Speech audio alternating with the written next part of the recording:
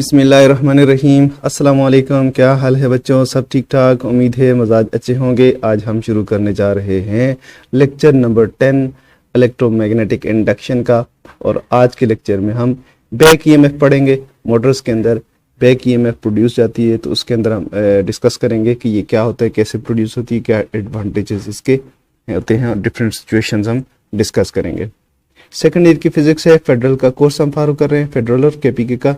तो back EMF तकरीबन सारे कोर्सेज के अंदर मौजूद है। हमने इस चैप्टर में इलेक्ट्रोमैग्नेटिक इंडक्शन का प्रिंसिपल पढ़ा, Faraday's law of electromagnetic induction, Lenz law, और उसकी बेस पे हमने एप्लीकेशन पढ़ी एसी जनरेटर और एसी मोटर जो कि इंडक्शन मोटर है। तो ये हमने डिटेल से इनके प्रिंसिपल ऑफ वर्किंग और इसकी कंस्ट्रक्शन वगैरह डिस्कस कर ली हैं। तो बेसिकली जनरेटर में क्या हो रहा था, आप मैकेनिकल एनर्जी प्रोवाइड करते हो तो आपको इलेक्ट्रिकल एनर्जी मिलती है। मैकेनिकल एनर्जी तो आपको मिलती है इलेक्ट्रिकल एनर्जी।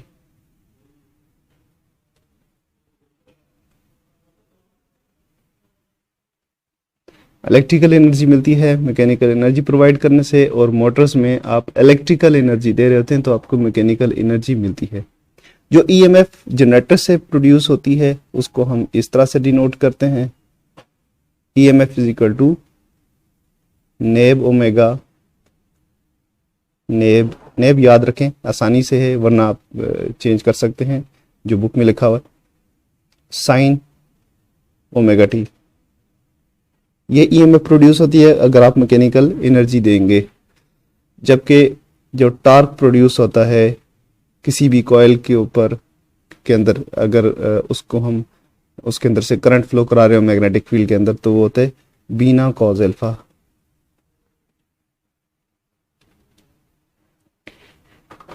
ऐसी अरेंजमेंट है, ये फिक्स मैग्नेट है, इसके अंदर ये कॉइल लगी हुई है और ये कॉइल के साथ स्प्लिट रिंग्स। आप इसको मैकेनिकल पावर से, यहाँ से मैकेनिकल एनर्जी से घुमा रहे हैं, तो यहाँ से आपको ईएमएफ मिल रही होती है। बैटरी में जस्ट रिवर्स के वही मैग्नेटिक फील्ड है, ये फिक्स हो सकता है, मतलब परमानेंट मैग्नेट की मदद से आप फील्ड ले सकते हैं, या इलेक्ट्रोमैग्नेट, कुछ भी हो, दोनों में आप चेंज कर सकते हैं। इंडक्शन मोटर में तो ये इलेक्ट्रोमैग्नेट होते हैं, डिस्कस कर चुके हैं हम। ये कॉइल इसके अंदर रखी हुई है और इस कॉइल के साथ ये स्प्लिट रिंग है, अगर ऐसी मोटर को ही डिस्कस करें। यहाँ आप ईएमएफ देंगे, यहाँ से ईएमएफ आप ले रहे हैं, यहाँ ईएमएफ देंगे आप कहाँ से देंगे? बैटरी से।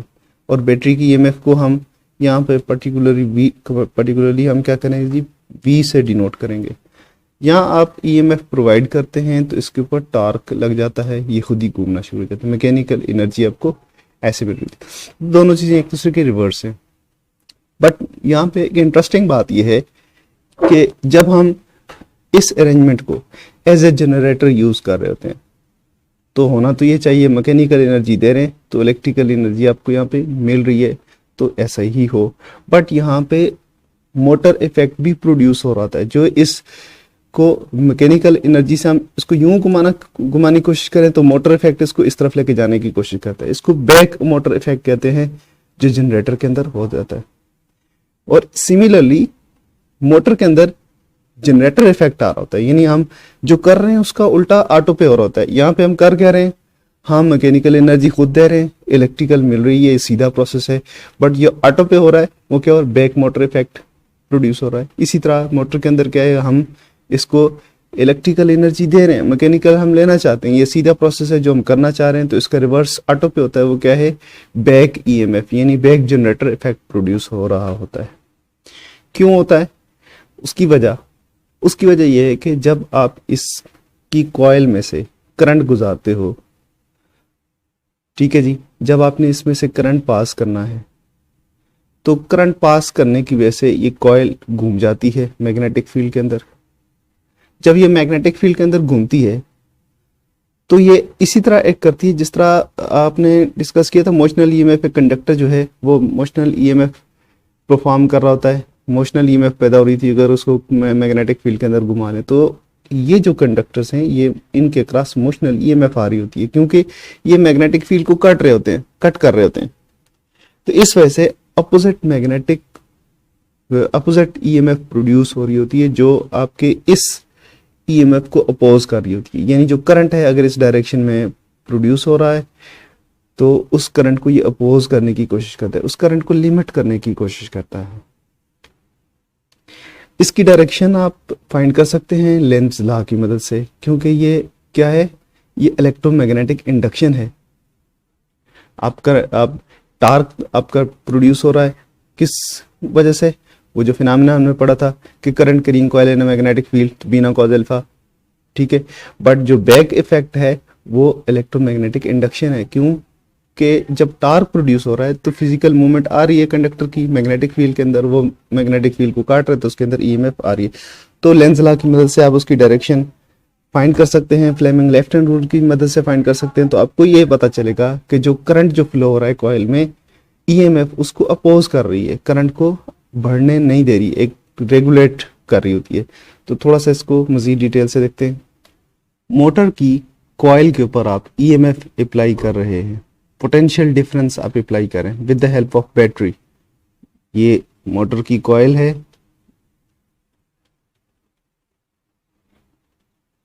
और इस कॉइल के ऊपर यहाँ पे आपने क्या कनेक्ट कर दिया, बैटरी इसको ईएमएफ दे रही है। अभी हम इस ईएमएफ को V से डिनोट करते हैं। अप्लाइड पोटेंशियल डिफरेंस जो है वो आपका हो अगर V, और इसकी वजह से जो बैक ईएमएफ प्रोड्यूस हो रही है, यहाँ पे मैग्नेटिक फील्ड शो कर लेते हैं।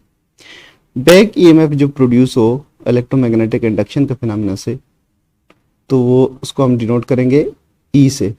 जो बैटरी से अप्लाई कर रहे हैं जिसके नतीजे में करंट फ्लो हो रहा है वो V, और जो इसके अंदर ऑटोमेटिकली प्रोड्यूस हो रही है जो बैक ईएमएफ है वो है E। इस रेजिस्टेंस की, इस कॉइल की कुछ रेजिस्टेंस है, इसके ऊपर जब पोटेंशियल डिफरेंस अप्लाई करें तो करंट फ्लो हो रहा है, opposition to the flow of current is called resistance. तो ये रेजिस्टेंस को हम R से डिनोट करेंगे, कैपिटल R से। इसकी यानी ये एज ए लोड काम कर रहा है, ये डीसी सोर्स हम अप्लाई कर रहे हैं और उसका लोड क्या है, इसकी रेजिस्टेंस है। मोटर की कॉइल के अंदर से जो करंट फ्लो हो रहा है, जो बैटरी की वजह से फ्लो होगा, बैटरी के पोटेंशियल डिफरेंस की वजह से, इस करंट को हम डिनोट करते हैं I से। तो current drawn by motor is I। जैसा कि हमने पहले बताया कि मोटर के अंदर जो ईएमएफ इंड्यूस होती है वो अपोजिट डायरेक्शन में होती है अप्लाइड पोटेंशियल डिफरेंस से। तो नेट जो होगा, नेट ईएमएफ जो सर्किट की होगी जिसके नतीजे में करंट फ्लो हो रहा होगा, वो क्या होगा, नेट ईएमएफ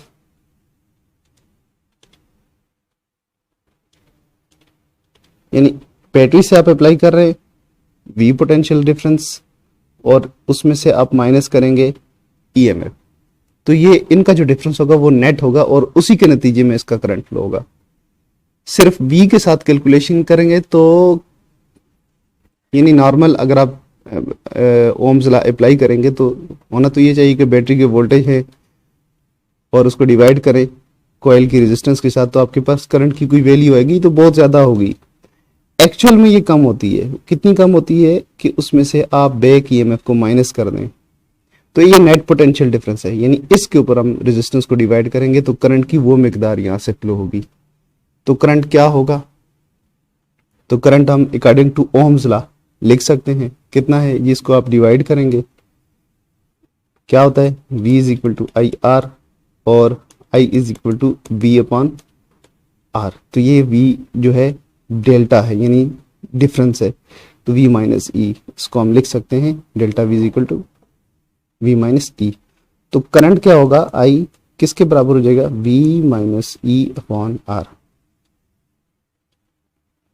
अब आप ये देख लें, आप इसके फॉर्मूले से आपको आसानी से समझ आ सकती है कि अगर ईएमएफ 0 हो तो मैक्सिमम करंट फ्लो होगा, अगर ईएमएफ बढ़ती जाएगी तो करंट कम होता जाएगा। इवन अगर ईएमएफ इतनी हो जाए कि वो वोल्टेज के बराबर हो, बैटरी के वोल्टेज के बराबर हो, तो करंट फ्लो होने वाला करंट 0 हो जाएगा, यह बहुत थोड़ा सा रह जाएगा। ये एक बड़ा इंटरेस्टिंग फैक्ट है और इसका एडवांटेज है। अगर ये ना हो तो क्या होगा, ये अगर नहीं हो तो आप बैटरी के ऊपर कोई लोड इस्तेमाल नहीं कर रहे, यानी बैटरी जाहिर है मैकेनिकल एनर्जी आपने इसके साथ कोई चीज़ कपल करनी है इसकी शाफ्ट के साथ और वो आगे लोड घुमाएगी, तो मैक्सिमम करंट फ्लो हो रहा है अगर आइडियल कंडीशन में भी मोटर चल रही है, यानी मोटर के ऊपर कोई लोड नहीं है और करंट वो बहुत ज़्यादा ड्रा कर रही होगी। ठीक है, तो इसका ये फायदा है कि जब आपका लोड इस्तेमाल नहीं हो रहा होता तो उस वक्त बैकी में बहुत ज़्यादा होती है और वो उसको करंट को कम कर रही होती है। तो आप मोटर के ऊपर जितना लोड इस्तेमाल करेंगे, जितना लोड अप्लाई करेंगे, इतना ही करंट उससे फ्लो हो रहा होगा। अगर आप लोड कम करेंगे तो करंट बढ़ने की कोशिश करेगा और उस करंट के जो बढ़ने को जो अपोज करेगा वो क्या होगा, वो ईएमएफ अपोज करेगी। और अगर आप लोड अप्लाई कर लेते हैं तो लोड अप्लाई करने से जाहिर है मैकेनिकल स्ट्रेस आ जाएगी शाफ्ट के ऊपर, उस कॉइल के ऊपर, तो उसकी वेलोसिटी कम हो जाएगी, यानी रोटेशन उसकी कम हो जाएगी। जैसे रोटेशन कम होगी तो इंडक्शन जो है कम हो जाएगी, यानी ईएमएफ इंड्यूस होना कम हो जाएगी, क्योंकि वो तो रिलेटेड है किससे कि वो कितनी स्पीड से कॉइल मूव कर रही है मैग्नेटिक फील्ड के अंदर, तो उस पर डिपेंड करता है। अब चूंकि लोड लगाने से उसकी स्पीड कम हो गई है, तो स्पीड कम होने से वो करंट कम मैग्नेटिक फ्लक्स को काट रही है, तो इसलिए बैक ईएमएफ कम हो जाएगी। जैसे बैक ईएमएफ कम हो जाएगी तो करंट बढ़ जाएगा। आप कह सकते हो कि बैक ईएमएफ मोटर के अंदर उसको सेल्फ रेगुलेटिंग डिवाइस बना रही होती है मोटर को।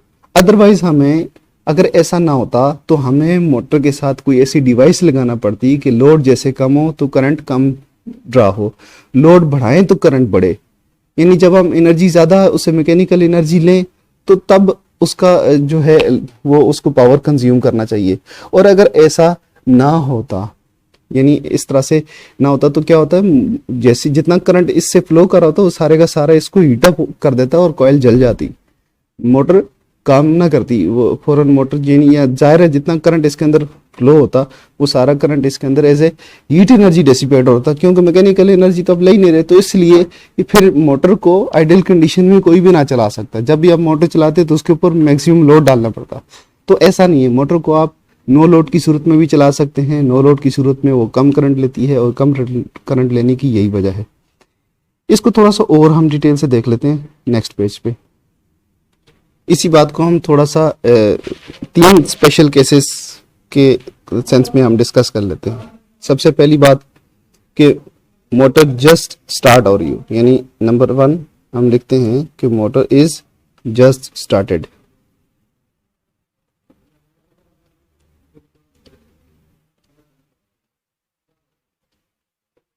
Motor is just started. जैसे मोटर ऑन होती है तो उसके साथ क्या होता है, देखें जैसे ये फर्ज करें कि ये रेजिस्टेंस है, मोटर की रेजिस्टेंस है R, और आप इसके क्रॉस अप्लाई कर रहे हैं वोल्टेजेस। आपने जस्ट स्विच को ऑन किया है तो मोटर पहले तो मूव तो नहीं करी थी, वो रेस्ट पे थी। रेस्ट पे होने की वजह से उसके अंदर चेंज इन फ्लक्स 0 था और इंड्यूस्ड ईएमएफ 0 है इनिशियली। और जब यहाँ पे आप वोल्टेजेस को अप्लाई करेंगे तो अब करंट कितना फ्लो होगा, करंट फ्लो होगा V माइनस ई लिखा था हमने, करंट होता है। तो चूंकि वो रेस्ट पे थी, इनिशियली रेस्ट पे थी, तो इस वजह से ईएमएफ 0 हो जाएगी, इंड्यूस्ड ईएमएफ, तो करंट क्या होगा V/R। तो ये बहुत ज्यादा करंट फ्लो होगा। जब भी आप किसी भी मोटर को स्टार्ट करते हैं तो उसका इनिशियल करंट बहुत ज्यादा होता है। यानी अगर हम इसको इस तरह से देखें कि ये करंट है I, और विद रिस्पेक्ट टू टाइम अगर हम यूं देखें तो इसका जो बनता है वो ऐसे ओवरशूट बनता है और फिर वो ऐसे स्टेबल होता है करंट। तो ये करंट बहुत ज्यादा होता है और ये कितना होता है V/R के बराबर होता है। उसके बाद ये जो करंट है आपकी ईएमएफ बढ़ती जाती है तो ये करंट स्टेडी करंट कितना होगा V माइनस E/R हो जाएगा। दूसरा केस स्टूडेंट्स ये है कि मोटर आपने ऑन कर दी, टर्न ऑन कर दी, इनिशियली उसका करंट ज़्यादा गया, लेकिन उसके बाद चूंकि उसकी रोटेशन भी इन्वॉल्व हो गई, फ्लक्स जो है ना उसके कंडक्टर काटने लग गए, तो उसके अंदर ईएमएफ भी इंड्यूस हो जाती है। तो उसका करंट जो है वो अब मिनिमम होगा, क्योंकि उसके अंदर जो ईएमएफ होगी वो ईएमएफ उसके अंदर इंड्यूस्ड होगी ना, मैक्सिमम ईएमएफ इंड्यूस होगी। क्योंकि करंट ज़्यादा फ्लो करने की कोशिश कर रहा है और ज़्यादा स्पीड के साथ कंडक्टर मूव कर रहा था, उसकी कॉइल मूव कर रही है, तो इसकी वजह से जो उसके अंदर ईएमएफ प्रोड्यूस होगी वो होगी नेब ओमेगा, ठीक है, साइन ओमेगा टी, चलें लगा देते हैं साइन ओमेगा टी। तो ये मैक्सिमम उसके अंदर होगी और ये अपोज करेगी, यानी इस तरह से अगर हम देखें कि ये कॉइल की रेजिस्टेंस है मोटर की, ठीक है ना, तो एम मोटर है ये उसकी रेजिस्टेंस, और अब इसके साथ आपको यूं लगेगा कि इसके साथ ईएमएफ ऐसे है, ठीक है जी, और ये है बैटरी जो आपने अप्लाई की हुई है। तो अब ये सर्किट कुछ इस तरह से बनेगा। ये ईएमएफ जितनी स्पीड बढ़ती जाती है ईएमएफ बढ़ती जाती है, और एक वक्त ऐसा होता है कि ये ईएमएफ तकरीबन इसके बराबर होने की इसके करीब करीब पहुंच जाती है। बराबर तो नहीं होती क्योंकि कुछ ना कुछ अमाउंट ऑफ करंट फ्लो होता ही होता है जो कि मिनिमम टार्क उसको प्रोवाइड कर रहा होता है टू ओवरकम द फ्रैक्शन। तो मोटर घूमती तो बहरहाल है, उसकी मैकेनिकल एनर्जी तो बन रही होती है, तो कुछ ना कुछ करंट इसका जा रहा होता है, बट ये करंट मिनिमम हो जाता है नो लोड की सूरत में। ये हम अभी लोड हमने अप्लाई नहीं किया, तो लोड अप्लाई ना करने की वजह से जो करंट फ्लो होगा तो हम इसको कहते हैं आइडल। इसकी सिचुएशन है motor is running at normal speed, normal speed के ऊपर यह रेगुलेट हो जाता है इसका करंट, तो सेल्फ रेगुलेटिंग बना देती है ईएमएफ। ईएमएफ का फायदा है, नुकसान नहीं है बैक ईएमएफ का। तो इसका जो करंट होगा वो होगा कितना, V minus E upon R, ठीक है। तो ये इसको इस नॉर्मल एक सिचुएशन के ऊपर चला रही होगी जिसमें करंट कम करंट ड्रा कर रही है। तीसरी सिचुएशन है, तीसरा केस है कि motor is overloaded, motor is overloaded. Motor के ऊपर लोड अप्लाई किया हुआ या ओवरलोड है। पहले तो ये समझ लें कि मोटर के ऊपर लोड अप्लाई किया तो फिर क्या होगा। जब मोटर के ऊपर आपने लोड अप्लाई किया तो मैकेनिकल स्ट्रेस आपने अप्लाई कर दी। मैकेनिकल स्ट्रेस अप्लाई करने से जो रोटेशन है उसकी, यानी जो एंगुलर वेलोसिटी है ओमेगा उसकी कम हो जाती है। जब एंगुलर वेलोसिटी उसकी कम हो जाएगी मैकेनिकल स्ट्रेस की वजह से, तो उसका डेल्टा फाई यानी जो चेंज ऑफ फ्लक्स है वो कम हो जाएगा।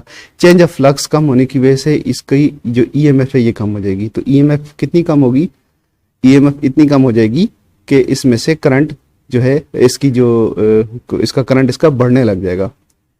तो नॉर्मल लोड की सूरत में इसका करंट ज्यादा हो जाएगा, यानी नॉर्मल सिचुएशन से आइडियल सिचुएशन से करंट इसका बढ़ जाएगा अकॉर्डिंग टू लोड फ्लो हो रहा होगा।